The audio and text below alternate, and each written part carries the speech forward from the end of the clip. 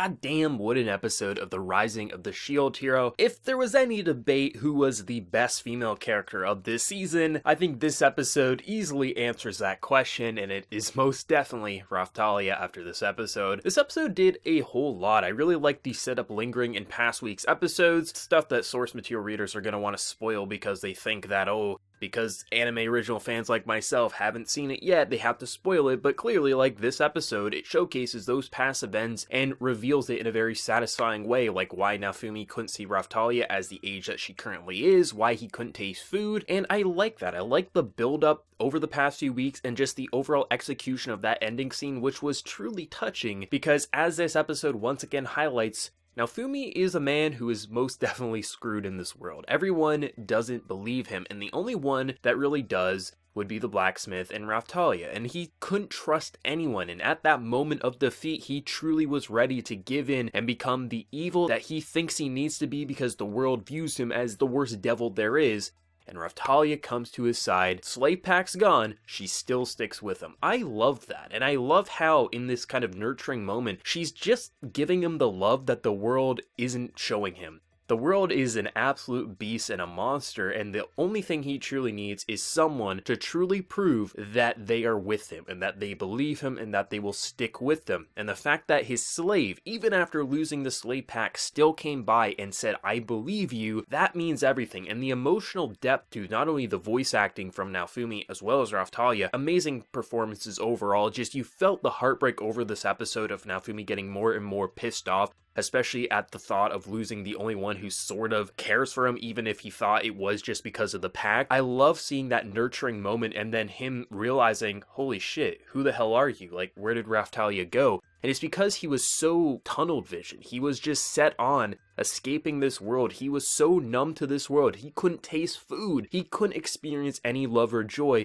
because of what this world did to him and how much they beat him down. And the fact that he could enjoy the food at the end of the episode, not only can he now see Raphtalia as her current age because of the way demi-humans work and leveling up, he also can appreciate food. That is what makes this past month of the Shield Hero so amazing, because the build-up and the setup was in the background. We were seeing that he constantly was saying how he couldn't taste food and how he was viewing her as a child, calling people lolicons. But still, it was like, there was that setup in the background, and when this episode hit, you're like, oh, this actually makes a whole lot of sense. The author was actually building up to something, and the fact that this almost little mini arc concludes with Naofumi realizing that he can trust someone, even if it is just one person he's putting his entire faith into, that means everything to him in a world that essentially doesn't give a damn about the shield hero. Just because he has a shield, everyone's out to get him. That emotional depth was absolutely incredible, and something I was not expecting was two of the heroes to actually come to his side, because they're recognizing that, hey, Spear Hero, he's just being used by mine here, and the king is keeping his fellow people in line just so the shield hero can get screwed over, because clearly magic was used. I wasn't expecting that, and I definitely appreciate the fact that it is someone other than just Raphtalia who is on Naofumi's side when it counts. Of course, they are buying into the, well, he's a scumbag, but I'm glad that a couple of the heroes are now starting to question, like, hey, maybe some things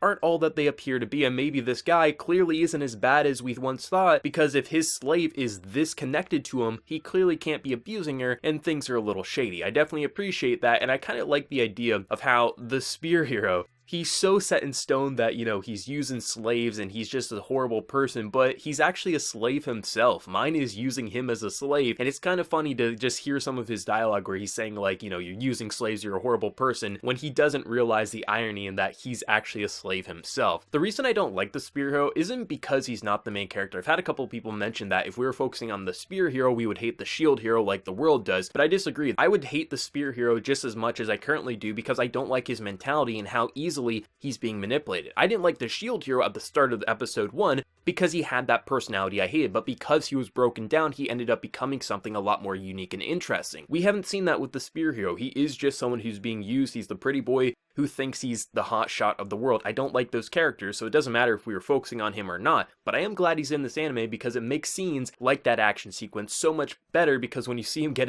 basically his ass beat because he's trapped in a ball because you have these little munchkins trying to nibble on him. It's absolutely hilarious. But then just seeing how that fight actually went, it was a really gripping action sequence because I figured Naofumi was going to lose, but I wasn't exactly sure how they were going to go. If they were going to go the cheating route, if he was just going to get his ass beat, how exactly they were going to go. But I do like the idea that he was doing pretty solid. The way the camera work was actually being explored was actually really fun. I love how they had all these quick shots panning around. There was a lot of speed to this fight, and then when they did slow it down to zoom up on a close-up on a face reaction or just showcase a pretty spectacle, it was a very fun action sequence, especially because leading up to that moment, the visuals were pretty underwhelming. There was a lot of shortcuts to make shots look a little unpolished, a little cheap looking, but they got the job done. I mean, I was assuming that they were building up to something better, and the second half of the episode was gorgeous, not only with just the action sequence, but also the amazing face reactions that were completely on point. Seeing Naofumi break more and more, get more and more pissed off as you see all these wonderful reactions, you can definitely tell why the first half of the episode was a little underwhelming, because you can tell where the time went in terms of the production for episode 4. I love the action sequence. It was fun. It wasn't anything that groundbreaking, but I like seeing him use all these different shields that by themselves, they aren't really anything that special yet, because Naofumi hasn't reached the level or gained a shield that's truly, completely, and utterly just undefeatable. But still, it was fun seeing him use all these shortcuts and make himself look like the cheat to this world, because he's accepting, hey, if that's how you view me, I'm gonna exactly act like you view me. I love it. I love seeing these little moments, and I actually like seeing the Spear Hero's abilities, as they actually seemed pretty cool. I'll be interested to see if we get to see more of those abilities down the line, because that lightning strike that he did to actually finish off Naofumi, that was pretty badass, I have to say. The star of the episode is definitely Naofumi breaking and Raphtalia basically just giving him that nurturing love that he most definitely needed, and it was a nice way to kind of wrap up the package with the other heroes kind of calling out the bullshit in this kingdom, and that should lead to some interesting things down the line, especially if we do focus on these other 3 heroes, maybe how their mentalities are going to break, because I wouldn't be surprised if mine sabotages Spear Hero and moves on to someone else fairly soon, especially if he's going to start doubting her, as, you know, even though he might be the hotshot hero, if he no longer trusts her, I'm sure she will have no problems either killing him or sabotaging him the same way she did to Shield Hero. But I have to say, you know, after a month of watching the show, it's not just that the world hates this character that makes it so interesting. Like, that's a good setup. You have something to work with. What makes this show so interesting to me is you have a character who should, by all rights, stay as the pissed off guy, and the author doesn't know what the hell to do with him. But you have Raphtalia, who's able to kind of see the good in a guy who took in a slave who, yes, at first was just taking in the slave to basically use as a weapon, but never really did all that wrong by her, so she grew to trust him. And seeing that bond and how they can almost bring out the best in one another, as you're seeing a world who should, by all rights, break this guy down to the point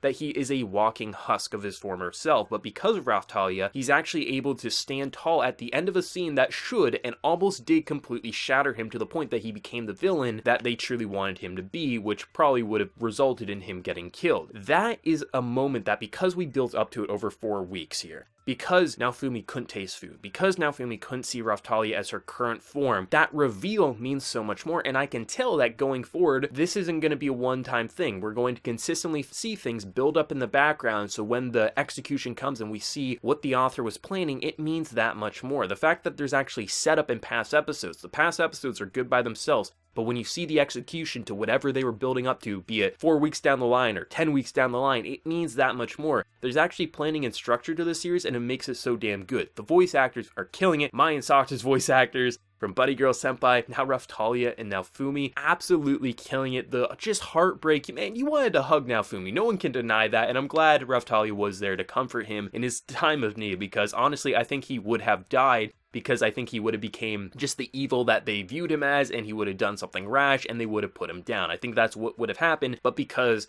Raphtalia is best girl, she healed him, and I think that was just wonderful and goddamn moving. I'm glad they didn't just go to an ending song. They played the ending song as we watched some dialogue, because man, I didn't want it to end there, and I'm glad we got to see Naofumi enjoy some food, because he deserved a nice meal after all that. It's going to be interesting to see where this series is going to go, how the party's going to evolve, but honestly, the thing I'm most interested in is how these other 3 heroes will be explored, and eventually how much more I can end up hating them than I already do. But even though I might dislike them, I still appreciate when they are on screen, because they do add this extra element. Even if that extra element is a bit of depression wrapped up into anger, still, I appreciate them being on screen for as long as they have. Seriously though, episode 4 might be my favorite episode of the Rising of the Shield Hero, just because of the overall execution of the back half of this episode, mixed together with some pretty fun action that did a lot. Love the camera work in that action, like I mentioned, but even though the first half was a little lackluster visually, the voice acting and overall script was so on point. Even though I might say, yeah, I could see some polish here or there that could be used in the Blu-ray, this episode just almost felt perfect to me, just because I love how strong the script of this episode was, not to mention the stunning voice acting. Now, Fumi and Raphtalia's relationship is only going to get better, especially now that he can fully see who she is, not only trust her, but also see her as her actual adult form. That's going to be really interesting to see where the show's going to go now. Let me know whatever you thought of episode 4 of The Rising of the Shield Hero down in the comment section below. Did you love it? Did you hate it? What did you think of just the reveal of everything with how Naofumi was viewing the world? If you are an original like myself, let me know. Be sure to like the video if you did enjoy, and also hit that subscribe button if you're new to the channel. But until next time, everyone, please take care and have a good one.